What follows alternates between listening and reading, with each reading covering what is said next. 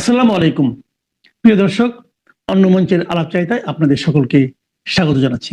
ভারতের সঙ্গে একটি রাজনৈতিক সমঝোতার ফলে তারেক রহমান দেশে ফিরেছেন এমন একটি খবর কিন্তু বাজারে খুব চলছে, যদিও কোনো আধিকারিক স্তর থেকে, অর্থাৎ না ভারতের পক্ষ থেকে না তারেক রহমানের পক্ষ থেকে এই বিষয়টি নিয়ে কোনো ঘোষণা হয়েছে, তথাপি খুব চলছে এই রকম একটি কথা চারদিকে।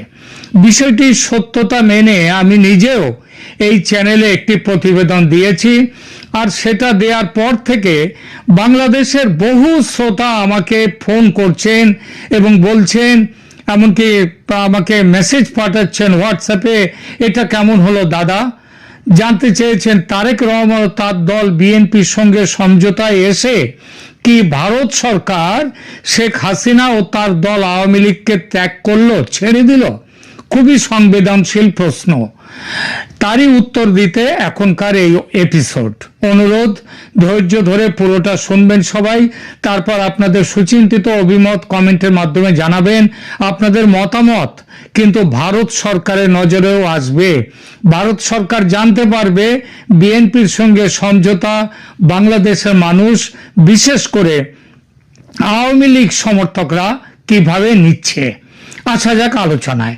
ভারত সরকার শেখ হাসিনা বা তার দল আওয়ামী লীগকে পুরোপুরি পরিত্যাগ করেছে, বিষয়টি এত সহজ বা সরল রেখার বিষয় নয়, বরং বর্তমান পরিস্থিতিকে কূটনৈতিক ভাষায় এই যে সমঝোতা বিএনপির সাথে, এটাকে যদি সত্যি হয় তাহলে বলা যাবে কৌশলগত পুনর্বিন্যাস বা স্ট্র্যাটেজিক রিঅ্যালাইনমেন্ট বা বাস্তববাদী কূটনীতি, যেটাকে বলা হয় রিয়েল পলিটিক।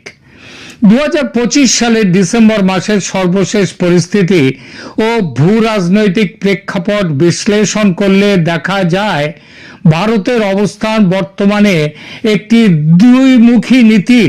দ্বিমুখী নীতির ওপর দাঁড়িয়ে আছে। একদিকে শেখ হাসিনাকে ব্যক্তিগত নিরাপত্তা দেওয়া, আর অন্যদিকে বাংলাদেশের নতুন রাজনৈতিক বাস্তবতায় বিএনপির সাথে সম্পর্ক স্বাভাবিক করার চেষ্টা করা। বিষয়গুলো বিস্তারিত আলোচনা করা যাক। প্রথমত, শেখ হাসিনাকে কি ভারত পরিত্যাগ করেছে? এর এক কথায় উত্তর না, এবং খুবই জোরের সঙ্গে না। ভারত সরকার শেখ হাসিনাকে ব্যক্তিগতভাবে পরিত্যাগ করেনি, বরং তাকে আশ্রয় দেওয়া এবং আইনি সুরক্ষা নিশ্চিত করার মাধ্যমে ভারত তার দীর্ঘদিনের মিত্রের প্রতি বিশ্বস্ততা বজায় রেখেছে। 2024 সালের আগস্টে ক্ষমতাচ্যুতির পর থেকে শেখ হাসিনা ভারতেই আছেন। বাংলাদেশ থেকে তাকে ফিরিয়ে নেয়ার বা এক্সট্রাডাইট করার জন্য একাধিকবার আনুষ্ঠানিক অনুরোধ এবং এমনকি আন্তর্জাতিক ট্রাইব্যুনালে, অপরাধ ট্রাইব্যুনালে মৃত্যুদণ্ডাদেশ হওয়ার পরেও ভারত তাকে ফেরত দেয়নি। ভারতের পররাষ্ট্র মন্ত্রণালয় স্পষ্ট করেছে যে বাংলাদেশের অনুরোধ তারা পর্যালোচনা করছে, কিন্তু পর্যালোচনার কোনো সময়সীমা জানায়নি, কোনো চূড়ান্ত সিদ্ধান্ত জানায়নি, কবে জানাবে তাও কিছু বলেনি, অর্থাৎ অনির্দিষ্টকালের জন্য ফেলে রেখেছে। এমনকি অতি সম্প্রতি পররাষ্ট্র বিষয়ক পার্লামেন্টের সর্বদলীয় বিশেষ সাব কমিটি স্পষ্ট সিদ্ধান্ত নিয়েছে শেখ হাসিনাকে প্রত্যর্পণ করা হবে না। তিনি ভারতের সম্মানিত অতিথি হিসেবে গত 1.5 বছর যেমন আছেন তেমনই থাকবেন। এটি প্রমাণ করে যে রাজনৈতিকভাবে আওয়ামী লীগ কোণঠাসা হলেও বাংলাদেশে ভারত শেখ হাসিনাকে নিরাপদ আশ্রয় দিয়ে যাবে। এটি ভারতের পুরনো নীতিও, মিত্রদের বিপদের সময় একা না ছাড়া। তাহলে প্রশ্ন করতে পারে, নির্বাচন ইনক্লুসিভ করার দাবি জানাবার পর এবং আওয়ামী লীগ নির্বাচনে অংশ নিয়ে জিতে ক্ষমতায় আসবে, এই দাবিটা তো করেছে ভারত যে আওয়ামী লীগকেও নির্বাচনে নিতে হবে, তা সেই নির্বাচনের জন্য অপেক্ষা কেন করলো না ভারত? এর কারণটা এই মুহূর্তে জনসমর্থনের পাল্লা আওয়ামী লীগের পক্ষে ভারী, সে খবর আসছে, কিন্তু সংগঠন আওয়ামী লীগের প্রায় না থাকার অবস্থায়। আর সংগঠন না থাকলে ভোট অর্গানাইজ করা যায় না। পুকুরে মাছ ভর্তি থাকলেই যে আপনার পাতে মাছ পড়বে তা নয়, মাছ ধরার ব্যবস্থা করতে হয়। এই প্রেক্ষিতে উঠে আসে বিএনপির সাথে ভারতের সমঝোতার প্রসঙ্গটি। ভারত ও বিএনপির মধ্যে কোনো আনুষ্ঠানিক চুক্তি বা পূর্ণাঙ্গ সমঝোতা হয়েছে এমনটি বলা কঠিন, তবে পর্দার আড়ালে যাকে বলে ব্যাক চ্যানেল ডিপ্লোম্যাসি, সে সম্পর্ক উন্নয়নের একটা জোরালো চেষ্টা যে হয়েছে সেটা নিশ্চিত।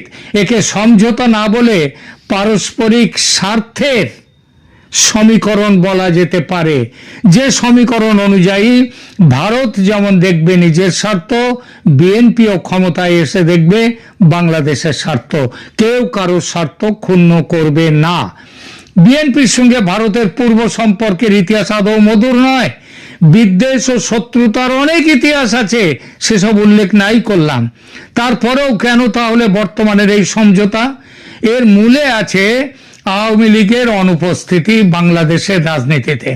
2025 সালের প্রেক্ষাপটে আওয়ামী লীগ নির্বাচনে অযোগ্য বা নিষিদ্ধ ঘোষিত হওয়ায় এবং দলটির সাংগঠনিক কাঠামো ভেঙে পড়ায় ভারতের সামনে বাংলাদেশের মিত্র হিসেবে বিএনপি অপেক্ষা আর কোনো শক্তিশালী বিকল্প নেই।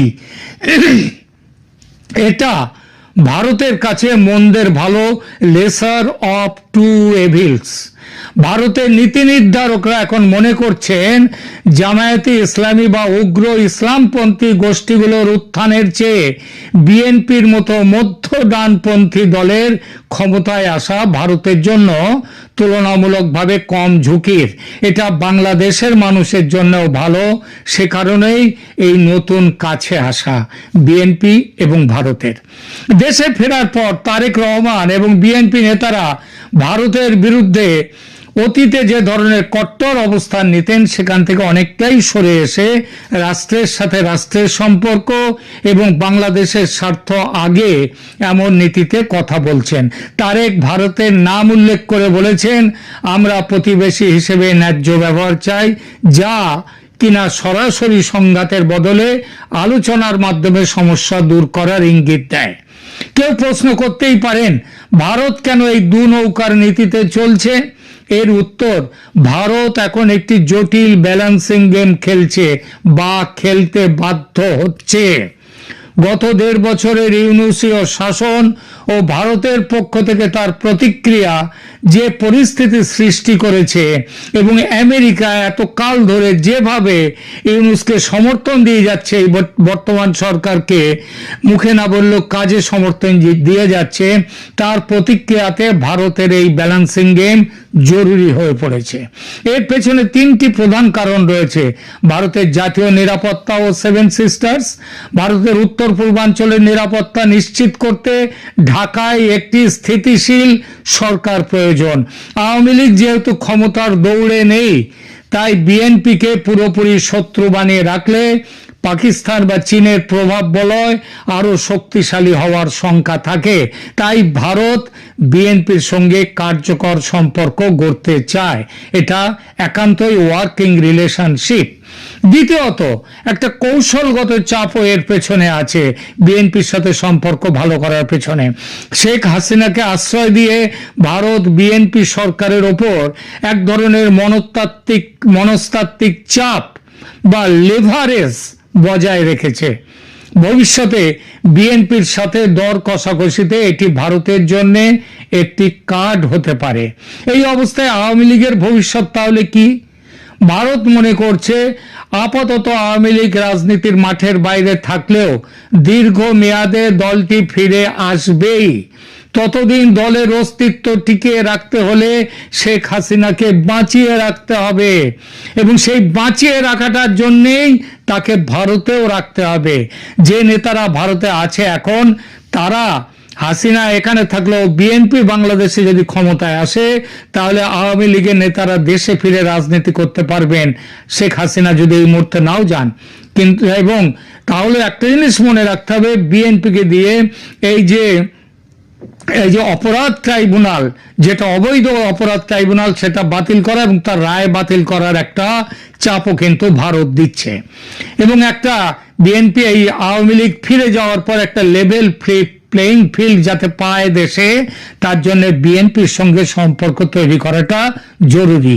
এই সঙ্গে আরো একটি বড় উদ্দেশ্য আছে ভারতের।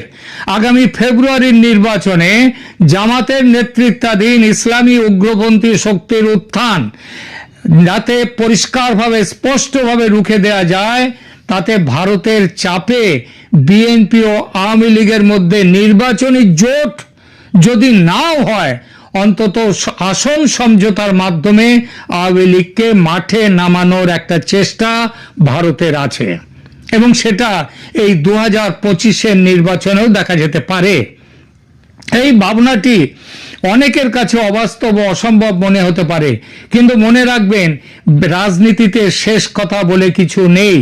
ইন্দিরা গান্ধীকে নির্বাচনে হারাতে 1977-এ কমিউনিস্টরা বিজেপির সঙ্গে জোট বেঁধে লড়াইতে নেমেছিল। এখানে জামায়াতে ইসলামী ও উগ্রপন্থী শক্তির উত্থান ঠেকাতে 2025-26-এর নির্বাচনে ভারত একটি অঘোষিত সমঝোতা বা ওই কৌশলগত ঐক্যের চেষ্টা করছে। সেই চেষ্টাকে অবাস্তব বলে ঠেলে ফেলা যায় না। সত্যি বলতে কি, বর্তমানে ঢাকার রাজনীতির অন্যতম আলোচিত কনস্পিরেসি থিওরি বা গুঞ্জন হলো এই চেষ্টাটি। এই জটিল সমীকরণটি তিনটি স্তরে বিশ্লেষণ করা যায়। বর্তমানে বিএনপি ও আওয়ামী লীগের মধ্যে আনুষ্ঠানিক জোট বা আসন সমঝোতা হওয়ার কোনো সুযোগ নেই, কারণ আইনি বাধা ও নিষেধাজ্ঞা। একটি নিষিদ্ধ বা অনিবন্ধিত দলের সঙ্গে বিএনপি আনুষ্ঠানিক জোট করলে তা বিএনপির নিজস্ব অস্তিত্ব জনপ্রিয়তার জন্য আত্মঘাতী হতে পারে। দ্বিতীয়ত, আনুষ্ঠানিক জোট না হলেও ভারতের কৌশল এবং ঢাকার রাজনৈতিক গুঞ্জন থেকে কিছু পরোক্ষ সমঝোতার ইঙ্গিত পাওয়া যাচ্ছে।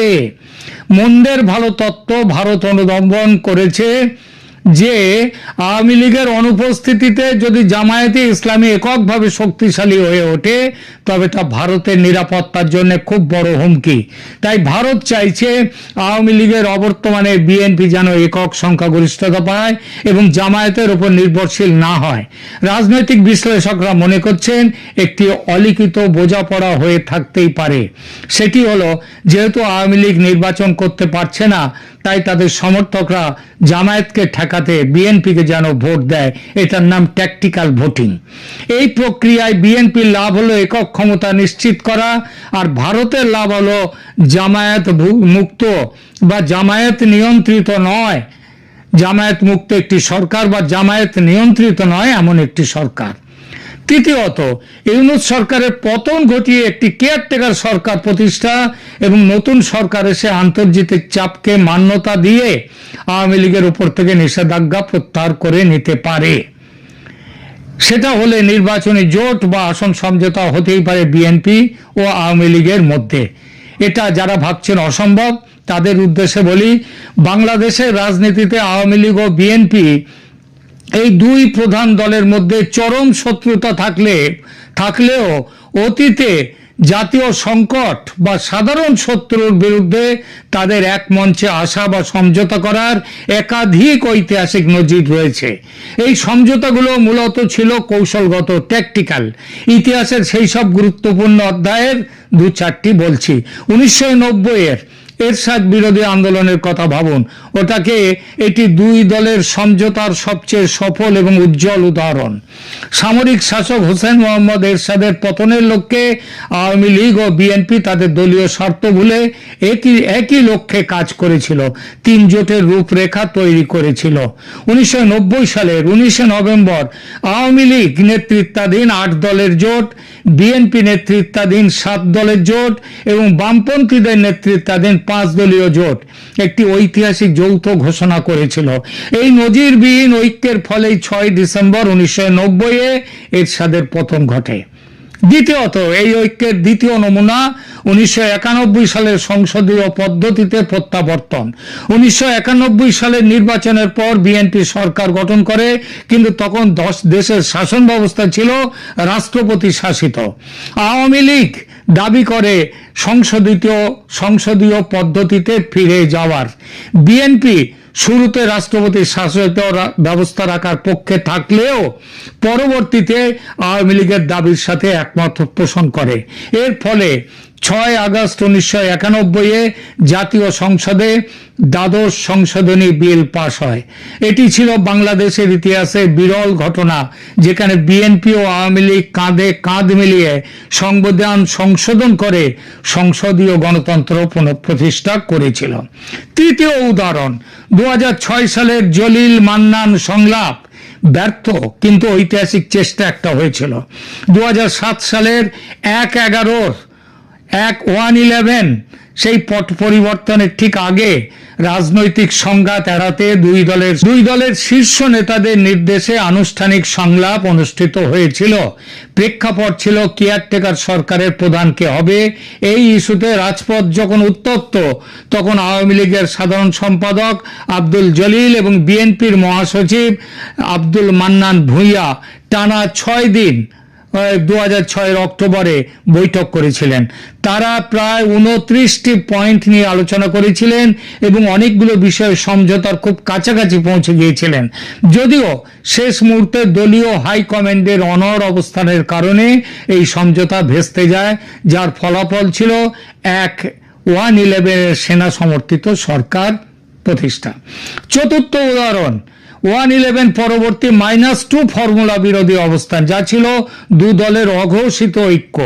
2007-8 সালে সেনা সমর্থিত তত্ত্বাবধায়ক সরকার যখন শেখ হাসিনা ও খালেদা জিয়া দুজনকেই রাজনীতি থেকে সরিয়ে দেওয়ার চেষ্টা করছিল, তখন দুই দলের মধ্যে একটি অঘোষিত ঐক্য গড়ে উঠেছিল।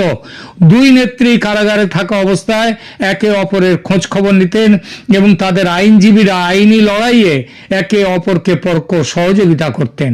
তাদের মুক্তি ও নির্বাচন আয়োজনের দাবিতে দুই দলের কর্মীরা প্রায় একই সময়ে রাজপথে নামতেন। এই ইতিহাস পর্যালোচনা করলে দেখা যায় আওয়ামী লীগ ও বিএনপির সমঝোতার চরিত্রটি মূলত শত্রু আমার বন্ধু নীতির উপর প্রতিষ্ঠিত। যখনই গণতন্ত্র বা দলীয় অস্তিত্ব হুমকির মুখে পড়েছে, তখনই তারা এক হয়েছে। বর্তমানে 2025-2026-এর প্রেক্ষাপটে যদি কোনো সমঝোতা হয়, তবে তা অতীতের মতোই কোনো তৃতীয় শক্তি বা উগ্রবাদের উত্থান ঠেকানোর কৌশল হিসেবে হতে পারে। শেষ করি এই আলোচনা। কি দেখা গেল তাহলে? ভারত সরকার শেখ হাসিনাকে ব্যক্তিগতভাবে পরিত্যাগ করেনি, কিন্তু পরিস্থিতির দরুন রাজনৈতিকভাবে বিকল্প খুঁজছে ভারত। তারেক রহমান ও বিএনপির সঙ্গে ভারতের যেটুকু যোগাযোগ বা সমঝোতা দেখা যাচ্ছে, তা আওয়ামী লীগকে হটিয়ে বিএনপিকে বরণ করার জন্য নয়, বরং আওয়ামী লীগহীন বাংলাদেশে ভারতের নিজের স্বার্থ ও একই সঙ্গে এক স্থিতিশীল, উন্নয়নমুখী, ধর্মীয়, উগ্রপন্থী মুক্ত গণতান্ত্রিক বাংলাদেশ রক্ষা করার তাগিদে ভারতের এই চেষ্টা। কারণ ভারতের পেটের মধ্যে রয়েছে বাংলাদেশ, আর পেট যদি মানুষের ঠিক না থাকে, মুড়ি ঠিক না থাকে তখনই, মাথা ঠিক থাকে তখন যখন ভুঁড়ি ঠিক থাকে। সুতরাং বাংলাদেশের সাথে ভারতের অস্তিত্ব জুড়ে আছে, কেউ কাউকে বাদ দিয়ে চলতে পারবে না। ধন্যবাদ।